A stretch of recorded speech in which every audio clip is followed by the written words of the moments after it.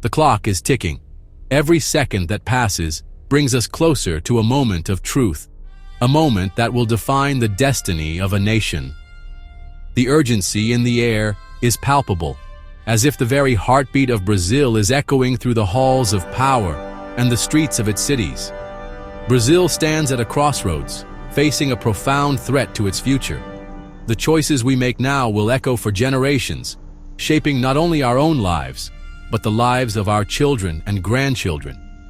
The storm clouds gathering above are not just a metaphor, they are a warning. This is not a political game. It's a calculated assault on our republic's foundations. The very pillars that have supported our democracy for decades are being shaken, tested by forces that seek to undermine the will of the people and the rule of law. The trial of President Jair Bolsonaro is not about justice. It's about silencing millions of voices. It is an attempt to erase dissent, to stifle debate, and to send a chilling message to anyone who dares to challenge the status quo. In these empty halls, the echoes of democracy are fading. We are Brazilians, and we do not bow to tyrants.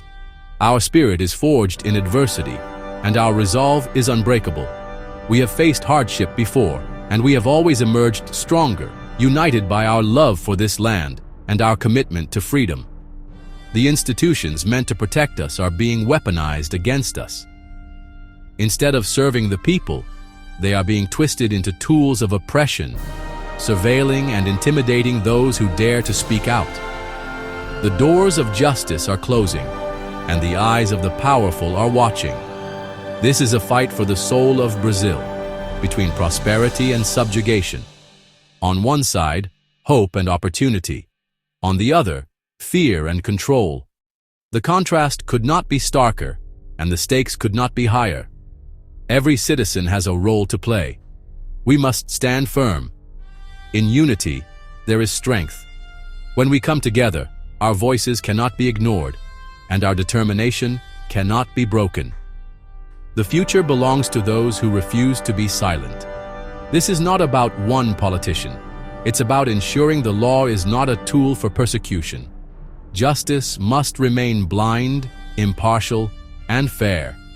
If we allow the law to be twisted for political ends, no one is safe from its reach. The scales of justice are being tipped, and the consequences could be catastrophic.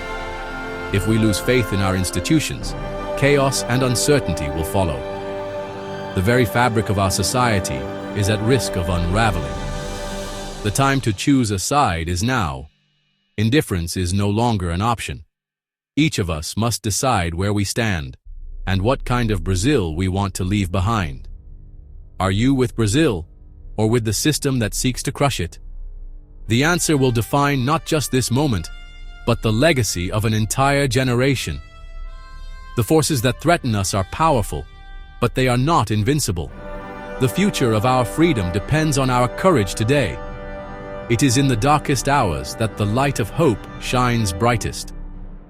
We must be the torchbearers for those who come after us. We must act before it's too late. The time for hesitation has passed. The fate of Brazil is in our hands, and history will remember what we choose to do in this defining hour. This is not a trial, it's a political execution.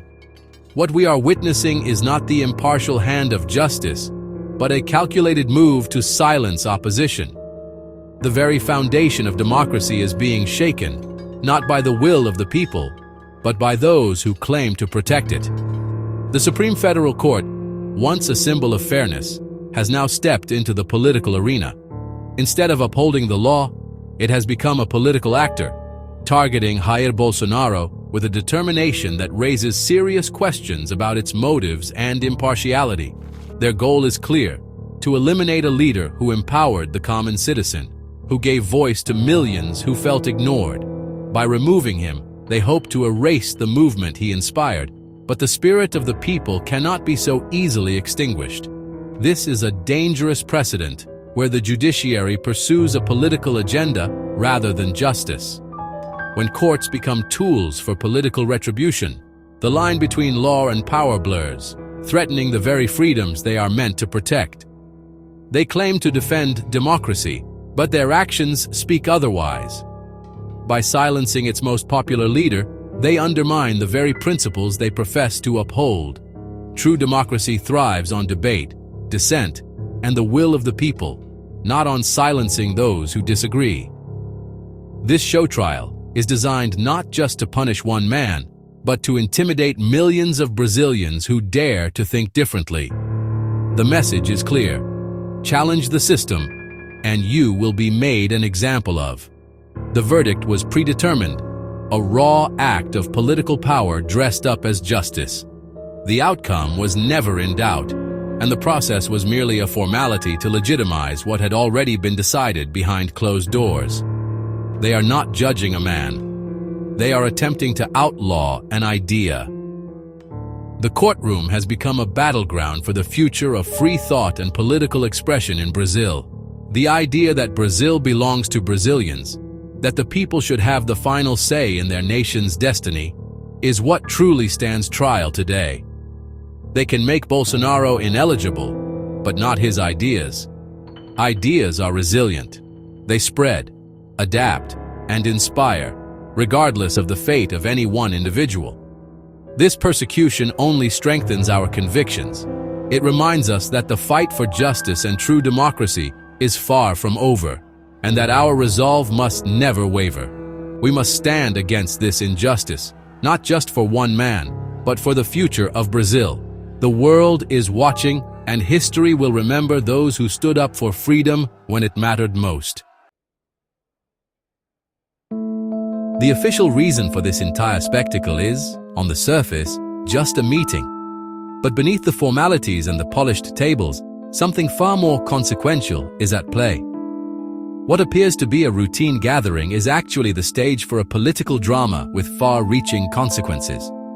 Bolsonaro met with ambassadors, not in secret, but openly, to express his concerns about the integrity of the electoral process. He raised questions, as any leader might, about the transparency and security of the system that underpins democracy. Yet for daring to speak his mind and voice these concerns, there are those who now seek to strip him of his political rights. The very act of questioning has become grounds for punishment. This is an absurdity of epic proportions, a move so extreme that it shocks the conscience of anyone who values open debate and democratic principles. Instead of encouraging transparency, they twist it into an accusation of plotting a coup.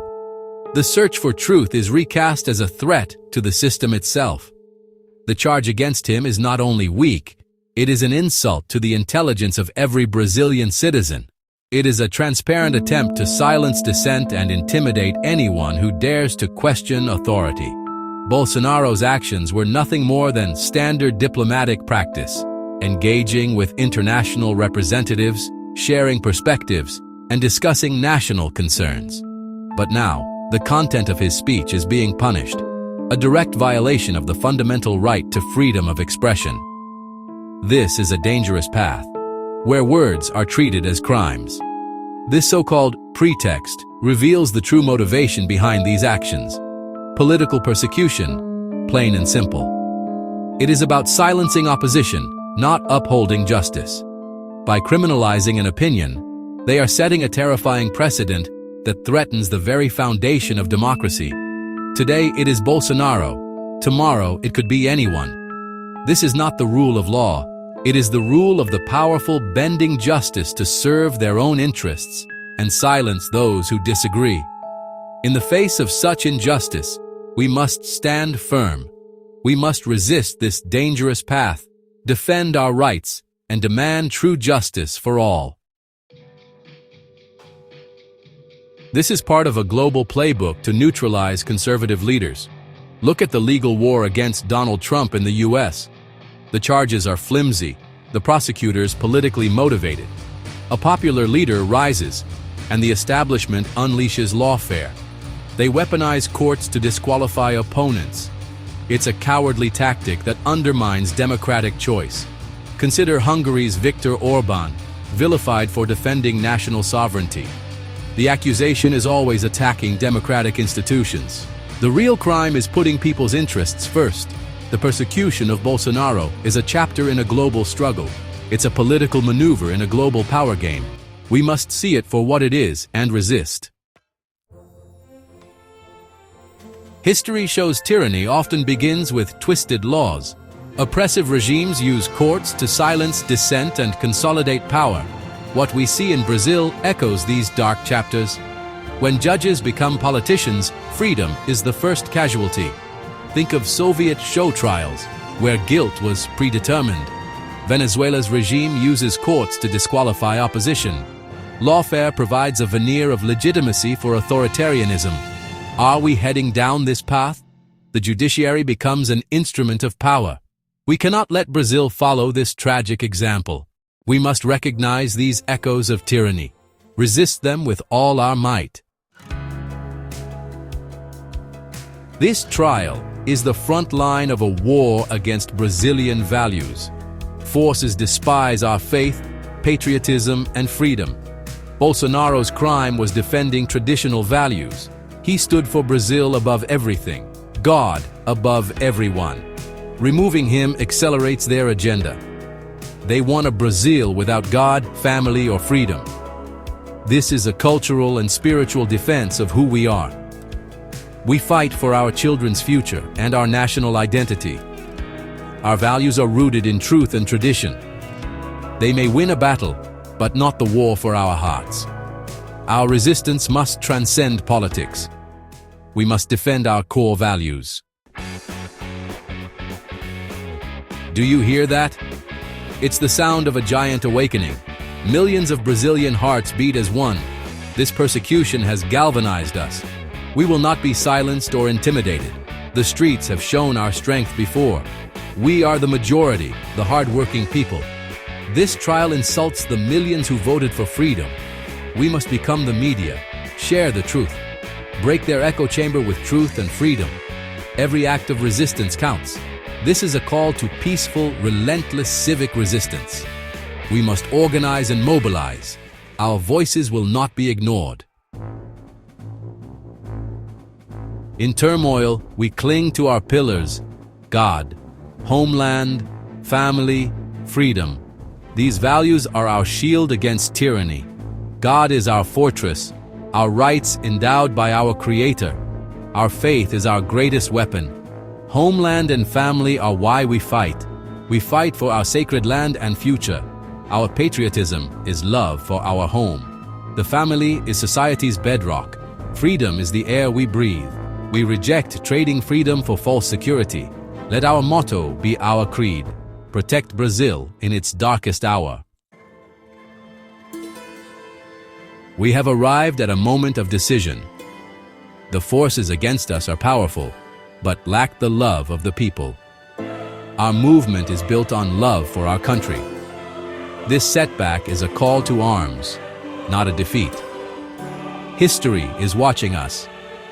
Our love for Brazil must guide us. Unite as never before, transcending political differences.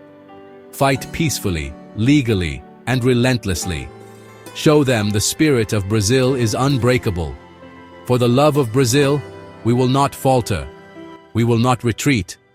We will win.